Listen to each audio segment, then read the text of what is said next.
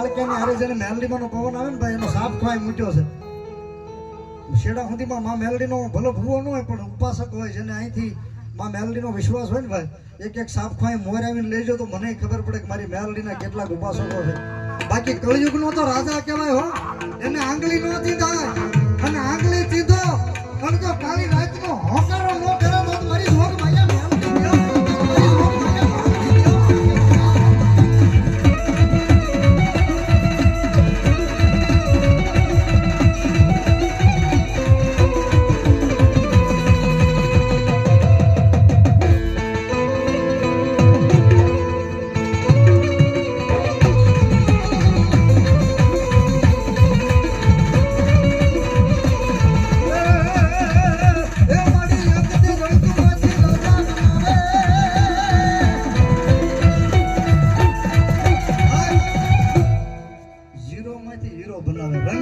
રાજા બનાવે એના જીવતા જાગતા દાખલા મારી સામે બેઠા.